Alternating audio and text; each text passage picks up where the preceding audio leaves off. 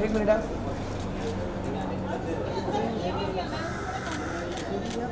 Ma'am,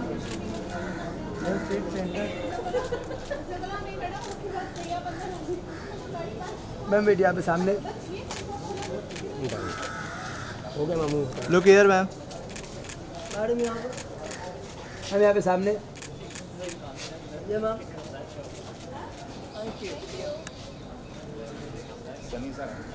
हाँ पर जगमीत जी आगे आ जाओ ना, आगे आ जाओ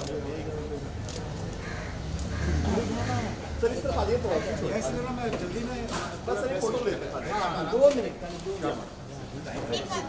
साइड साइड अबे सर इस तरफ, एक्सक्यूज मी, आपकी राइट पे।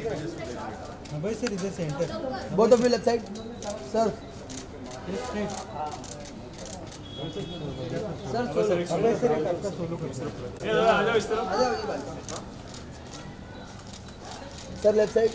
Abhay sir, Abhay sir left side. Abhay sir centre. Wait wait sir, sir एक second. Sir left side. Abhay sir sir यहाँ पे लेफ्ट साइड में। Thank you.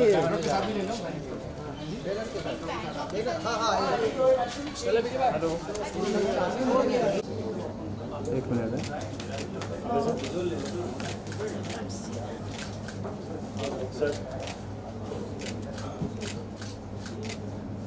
Abhay sir right look here sir. उनको लेना जो बाइट। Look here sir. चलो तो बाइट लेना।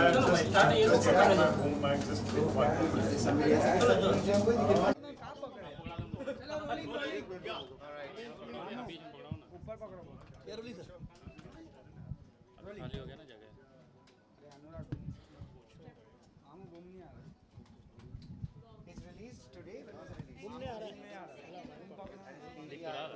ऊपर पकड़ा था मैंने, मुझे पता नहीं कहाँ है। चलो पूछो।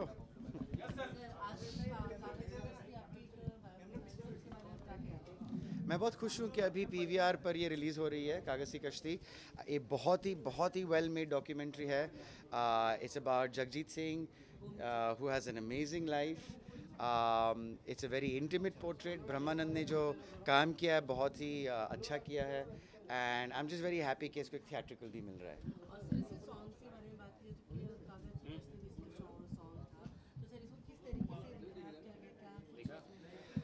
डॉक्यूमेंट्री तो जगजीत सिंह जी पर है, तो उनकी जो लाइफ स्टोरी है, जो प्रोसेस था, कैसे उन्होंने तरक्की ली, उनकी क्रिएटिविटी कहाँ से, इंस्पिरेशन कहाँ से आया उनको, तो सिर्फ एक गाने के ऊपर नहीं है, उनकी पूरी करियर के ऊपर, उनकी जर्नी के ऊपर है। ओके, तो सर इस फिल्म में मतलब काफ़ी कुछ दर्शाया गया, तो कुछ एक ऐसा मोमेंट जो आप हमारे साथ शेयर करना चाहते हैं? मुझे सबसे इफेक्ट तब लगा था जब उनकी वाइफ बात करती हैं अपने हस्बैंड और अपने बेटे के बारे में, क्योंकि शी लॉस्ट बोथ। वो बहुत इफेक्टिव था। I mean I felt really, I was crying when I saw that. उनके परिवार के लोग भी इसमें जुड़े वही तो मैं कह रहा हूँ। हाँ जी। हुए हैं इसमें, मतलब कुछ तरीके आप लोगों ने हेल्प ली हो उनकी? नहीं, मैंने कोई हेल्प नहीं ली उनकी। मैंने बस प्रेजेंट की है फिल्म, प्लेटफॉर्म पे डाली है, OTT प्लेटफॉर्म्स पर डाली है। सारा एफर्ट ब्रह्मानंद का है जो बनाई है फिल्म। ब्रह्मानंद, आई मीन सब उनका ही काम है। मैंने प्रेजेंट की है फिल्म, मेरा प्रोडक्शन नहीं है। ओके सर, प्रोडक्शन के दौरान सर इस मूवी में मतलब उनकी सच्चाइयों को जानने के लिए, उनकी गहरी बातों को जानने के लिए क्या कुछ मेहनत करना पड़ा? मतलब जैसे मैंने कहा, ये फिल्म मैंने बनाई नहीं है, मैंने प्रेजेंट की है।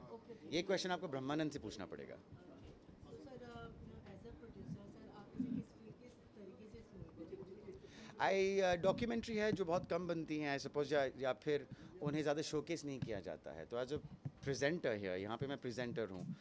मैं भी चाहता हूँ कि ऐसी फिल्मों को मौका मिले, प्लेटफॉर्म मिले, इसीलिए मैंने इसको OTT प्लेटफॉर्म पर डाला और अभी इसको थिएट्रिकल मिल रही है। Film makers like Brahmanand can do with such platforms and support, ताकि ऐसी फिल्में, डॉक्यूमेंट्रीज, एक्सपेरिमेंट्स ऐसे फिल्म मेकर्स करते जाएँ, उनको मौका मिलते जाए। डॉक्यूमेंट्री फिल्मों की बात हो रही है, तो नसरुद्दीन साहब ने अभी कल ही कहा है, ट्वीट करके कहा है कि मतलब सलमान खान की फिल्मों की वजह से बॉलीवुड को नहीं जाना जाएगा, फिल्म जगत को नहीं जाना जाएगा, जबकि उनकी फिल्में जो एजुकेट नहीं करती, डॉक्यूमेंट्री फिल्में एजुकेट करती हैं। इससे कितना इत्तेफाक रखते हैं, क्या? आई मीन ये ज़रूरी है कि कोई भी इंडस्ट्री हो, वैरायटी की बहुत ज़रूरत होती है ताकि हर एक इंसान को, हर एक कलाकार को मौका मिले, उनको अपना एक्सप्रेशन देने का एक मौका मिले, प्लेटफॉर्म मिले, वो ज़रूरी है। हमारी इंडस्ट्री में अक्सर क्या हो जाता है कि एक ही फॉर्मूला पर जो काम होते जाता है तो वो वहाँ पे फिर क्रिएटिविटी भी लिमिट हो जाती है। तो ये ट्रू है, for creativity to thrive, for originality to thrive, you have to engage a lot more people, you know, and only then can an industry really grow and represent a culture. Okay, Abhay, do you think it's a new start from your end? You know, you starting presenting the film. Do you think it's a new start and how this happened? Sorry? Do you think it's a new start, a new journey, I would say? For me? As a presenter, and what is the thing which you know which keep you on hold? Yes, I want to do this. I want to be a part of it. Well, you know, the opportunity came when the OTT platforms opened up shop here. You know, when I was making my offbeat films back in 2007-8 with Oi Lucky, Devdi, Manorama, the reason those films got released was because there were new cinemas coming up, multiplexes were booming. So suddenly there was more exhibition space and less content.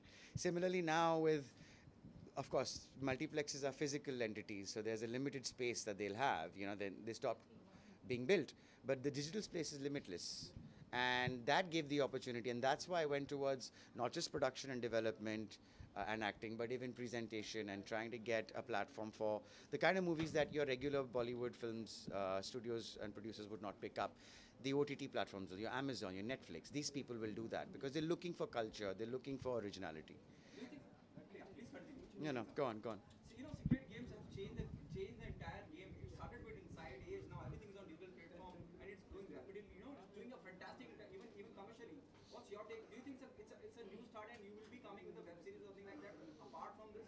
I'm open to series. I haven't really signed or looked at anything as such. Like I just said, it's the same thing. It's the more platforms are available to our artists in this country, the more originality or variety of work you will see.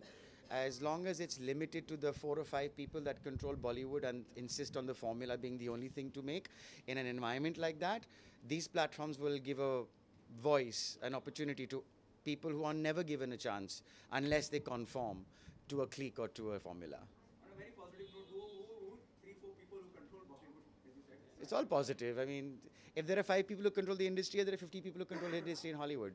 You know, it's just that there's a lot, 50 is a bigger number than 5. Okay, the last one, what's your take on the Me Too movement which is happening in the entire nation? What's your take? I think it's important for people's voices to be heard.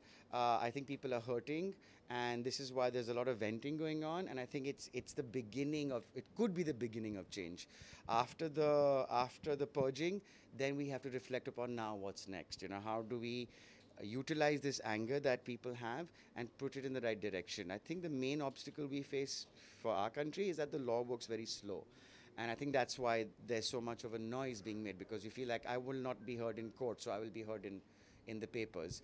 Eventually that has to change to I will be heard in the court, and then the papers can report it. That would be the ideal situation, and maybe Me Too will head us in that direction, hopefully. Abhay, what next? I have a whole bunch of movies in post-production. I've gone towards the direction of making my Devdis and Oi Luckys and Manoramas and Ek Chalises, for example of my past. So more such work will be coming out. I will talk more about them when they're up for release. But I have 3 in post and I'm shooting 2 at the moment. Thank you so much. Thank you. Thank you. Thank you. Thank you.